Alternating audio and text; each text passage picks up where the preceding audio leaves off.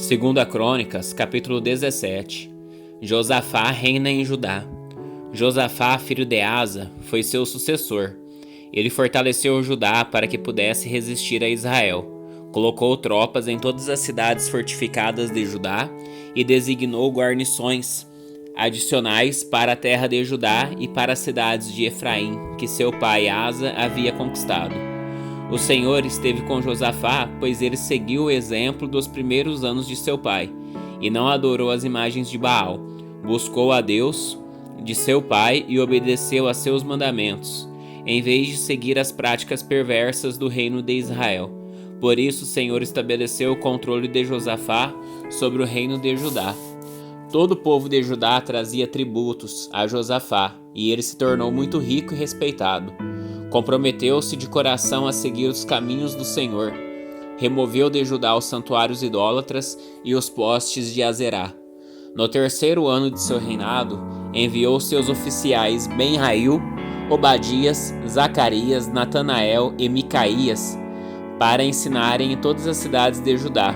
Com eles foram os levitas, Semaías, Netanias, Zebadias, Azael, Semiramote, Jonatas, Adonias, Tobias e Tobi-Adonias, e os sacerdotes Elisama e Jeorão. Eles levaram consigo cópias do livro da lei do Senhor e foram por todas as cidades de Judá ensinando o povo. Então o temor do Senhor caiu sobre todos os reinos vizinhos, de modo que nenhum deles declarou guerra a Josafá. Alguns filisteus trouxeram presentes e prata como tributo, e os árabes trouxeram 7.700 carneiros e 7.700 bodes. Josafá se tornou cada vez mais poderoso e construiu fortalezas e cidades para servirem como centro de armazenamento em toda a terra de Judá. Guardou muitos suprimentos nas cidades de Judá e colocou em Jerusalém um exército com guerreiros experientes. Seu exército foi registrado de acordo com os clãs. De Judá havia 300.000 soldados organizados em grupos de 1.000, sob o comando de Adna. Em seguida vinha Joanã, que comandava 280.000 soldados. Depois dele vinha Amazias, filho de Zicre, que se apresentou voluntariamente para o serviço do Senhor e que comandava 200.000 soldados. De Benjamim havia 200.000 soldados, equipados com arcos e escudos. Seu comandante era Eliada, guerreiro experiente. Em seguida vinha Josabade, que comandava 180.000 homens armados. Essas eram as tropas que estavam à disposição do rei, além daquelas que ele havia colocado nas cidades fortificadas em toda a terra de Judá. Segunda Crônicas, capítulo 18. Josafá e Acabe. Josafá, muito rico e respeitado, aliou-se a Acabe, por meio do casamento de seu filho com a filha de Acabe. Alguns anos depois, foi a Samaria visitar Acabe, que ofereceu a ele e a seus oficiais um enorme banquete, para o qual abateu um grande número de ovelhas e bois. Então Acabe persuadiu Josafá a unir forças com ele para recuperar Ramote de Gileade. Acabe, rei de Israel, perguntou a Josafá, rei de Judá: "Você irá comigo a Ramote de Gileade?" Josafá respondeu: "Claro que sim. Você e eu somos como um só. Meus soldados são seus soldados. Certamente iremos com você à batalha." E acrescentou: "Antes, porém, consulte o Senhor." Então o rei de Israel convocou os profetas, cerca de 400 no total, e perguntou: "Devemos ir à guerra contra Ramote de Gileade ou não?" Todos eles responderam: "Sim, devem. Deus entregará o inimigo nas mãos do rei." Josafá, porém, perguntou: "Acaso não há aqui um profeta do Senhor? Devemos consultá-lo também." O rei de Israel respondeu a Josafá: "Há mais um homem que pode consultar o Senhor para nós, mas eu o odeio, pois nunca profetiza nada de bom a meu respeito, só coisas ruins. Chama-se Micaías, filho de Imlá." "O rei não devia falar assim", respondeu Josafá. Então o rei de Israel chamou um de seus oficiais e disse: "Traga Micaías, filho de Imlá, rápido." Micaías profetiza contra Acabe.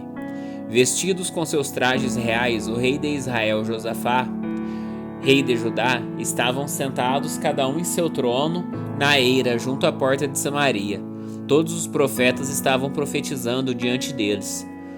Um dos profetas, Edequias, filho de Kenaná, fez chifres de ferro e declarou: Assim diz o Senhor, com estes chifres o rei ferirá os sírios até a morte.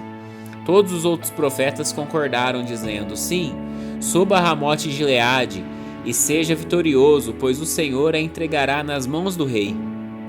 Enquanto isso, o mensageiro que foi buscar Micaías lhe disse: Veja, todos os profetas prometem vitória para o rei.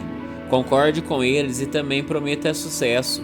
Micaías, porém, respondeu: Tão certo como vive o Senhor, direi apenas o que meu Deus ordenar. Quando Micaías chegou, o rei lhe perguntou: Micaías, devemos ir à guerra contra Ramote Gileade ou não? Micaías respondeu: Sim, suba e será vitorioso, pois eles serão entregues em suas mãos. Mas o rei disse: Quantas vezes preciso exigir que diga somente a verdade quando falar em nome do Senhor?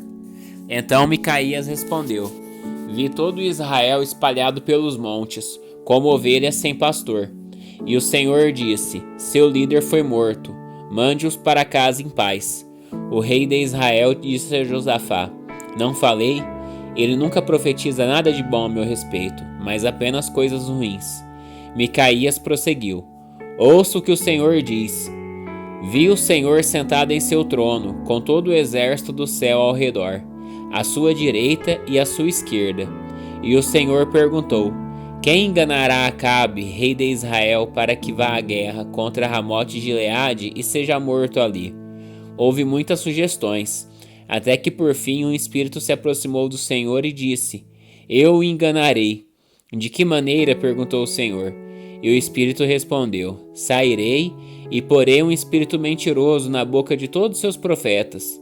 O Senhor disse: Você conseguirá enganá-lo? Vai e faça isso.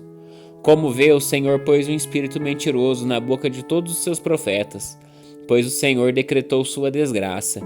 Então Zedequias, filho de Kenaná, se aproximou de Micaías e lhe deu uma bofetada.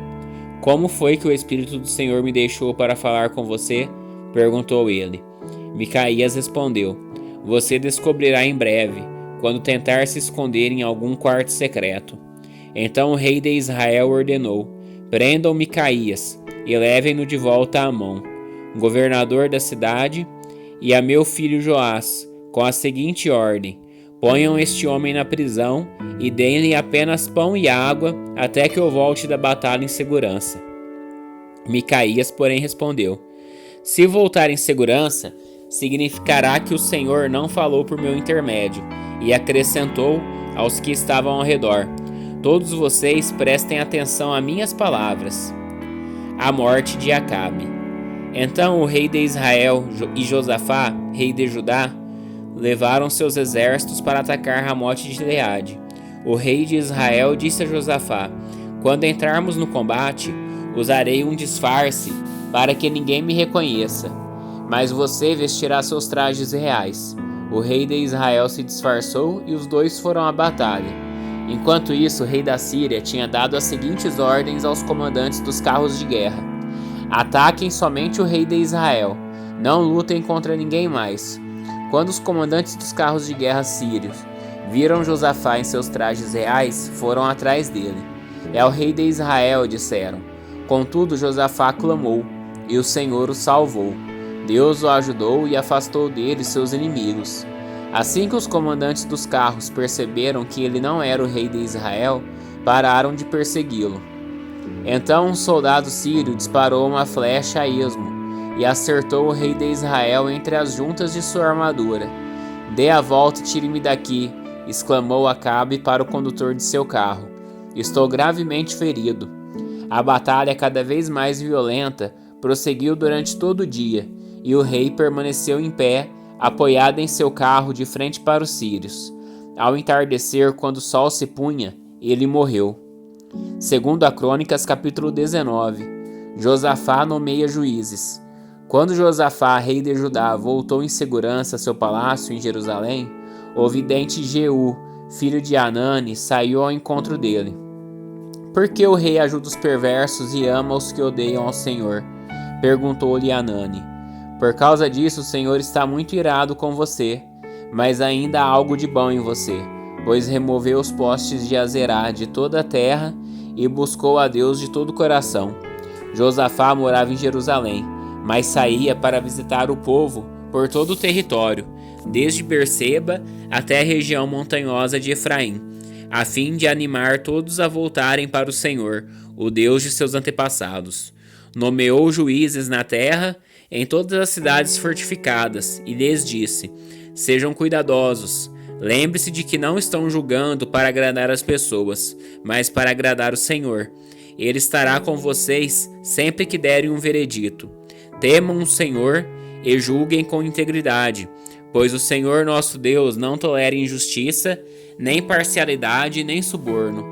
Em Jerusalém, Josafá nomeou alguns levitas, sacerdotes e chefes de família de Israel, para julgarem os casos que envolvessem a lei do Senhor e questões civis. Estas foram suas ordens para eles: hajam sempre no temor do Senhor, com fidelidade e coração íntegro. Toda vez que chegar até vocês uma causa de seus compatriotas israelitas de outras cidades, seja de homicídio, seja de outra violação da lei, dos mandamentos, dos decretos ou dos estatutos de Deus, advirtam-nos para que eles não pequem contra o Senhor, a fim de que a ira dele não venha sobre vocês e sobre eles. Se agirem desse modo, estarão livres de culpa. Amarias, o sumo sacerdote, terá a última palavra nos casos relacionados ao Senhor. Zebadias, filho de Ismael, líder da tribo de Judá, terá a última palavra em todas as questões relativas ao reino. Os levitas os ajudarão nesses trabalhos. Sejam corajosos no cumprimento de seus deveres e que o Senhor esteja com aqueles que agirem corretamente.